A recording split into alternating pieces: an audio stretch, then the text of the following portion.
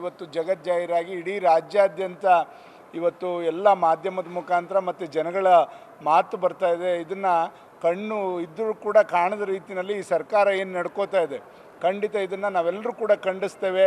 ಇವತ್ತು ನಾವೆಲ್ಲ ನೋಡ್ತೇವೆ, ನಮ್ಮ ಹೆಣ್ಮಕ್ಳಿಗೆ 2000 ಕೊಡ್ಲಿಕ್ಕೆ ಹೋಗ್ತಾ ಇದ್ದೀರಲ್ಲ ಸ್ವಾಮಿ, ನೀವು ಇಂಥ ಒಂದು ಭ್ರಷ್ಟ ದುಡ್ಡಿನಲ್ಲಿ ನಮ್ಮ ಹೆಣ್ಮಕ್ಳಿಗೆ ನೀವು ಬದುಕು ಕಟ್ಕೊಡೋ ಅಂಥದ್ದು ಪ್ರಮೇಯ ಈ ಸರ್ಕಾರಕ್ಕೆ ಸನ್ಮಾನ್ಯ ಮುಖ್ಯಮಂತ್ರಿಗಳನ್ನ ಕೇಳಲಿಕ್ಕೆ ಬಯಸ್ತೇನೆ.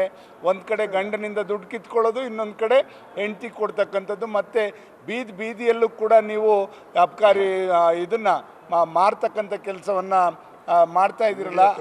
ಅದರಿಂದ ಇವತ್ತು ಇದನ್ನೆಲ್ಲ ಕೂಡ ಖಂಡಿಸಿ ನಾವು ಹಿಂದೆ ನಾವೆಲ್ಲ ನೋಡಿದ್ದೇವೆ.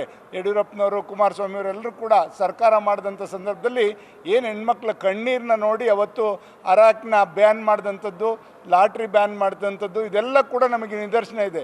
ಇದರಿಂದ ಈ ಪಾಪದ ಹಣದಿಂದ ನೀವು ಸರ್ಕಾರ ನಡೆಸಬೇಕಾ? ಇದರಿಂದ ನಿಮ್ಮ ಬೊಕ್ಕಸ ತುಂಬಿಸ್ಕೋಬೇಕಾ? ಇಲ್ಲ ನಿಮ್ಮ ಒಂದು ಏನು ಕೇಂದ್ರಕ್ಕೆ ನಿಮ್ಮ ಹಣನ ನಿಮ್ಮ ಪಕ್ಷದ ವರಿಷ್ಠರಿಗೆ ಕಳಿಸ್ಬೇಕಾ?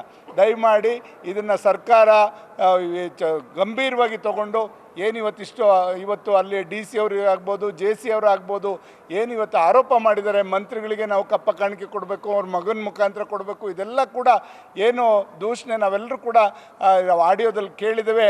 ಆದ್ದರಿಂದ ಇದನ್ನು ಗಂಭೀರವಾಗಿ ಪರಿಗಣಿಸಿ ಇವತ್ತು ಅದಕ್ಕೆ ತಕ್ಕ ಪಾಠ ಕಲಿಸ್ಬೇಕು. ಮತ್ತು ಆ ಸಚಿವರ ರಾಜೀನಾಮೆ ತಗೊಳ್ಳೋದ್ರ ಮುಖಾಂತರ ಅಲ್ಲಿರ್ತಕ್ಕಂಥ ವಾತಾವರಣನ ತಿಳಿ ಮಾಡಬೇಕು ಅಂತ ನಾನು ಇವತ್ತು ಆಗ್ರಹ ಪಡಿಸೋದ್ರ ಜೊತೆಯಲ್ಲಿ ಇವತ್ತು ನಾವೆಲ್ಲರೂ ಎರಡೂ ಪಕ್ಷ BJP ಮತ್ತು JDS ಎರಡೂ ಕೂಡ ಒಟ್ಟಾಗಿ ಇವತ್ತು ಇಂಥ ರಾಜ್ಯವನ್ನು ಕೊಳ್ಳೆ ಹೊಡಿತಾ ಇರ್ತಕ್ಕಂಥ ಈ ಸರ್ಕಾರದ ವಿರುದ್ಧ ನಾವು ಧ್ವನಿ ಎತ್ತೋದ್ರ ಮುಖಾಂತರ ಅಹೋರಾತ್ರಿ ಧರಣಿಗೆ ನಾವೆಲ್ಲರೂ ಕೂಡ ತೀರ್ಮಾನ ಮಾಡಿದ್ದೇವೆ.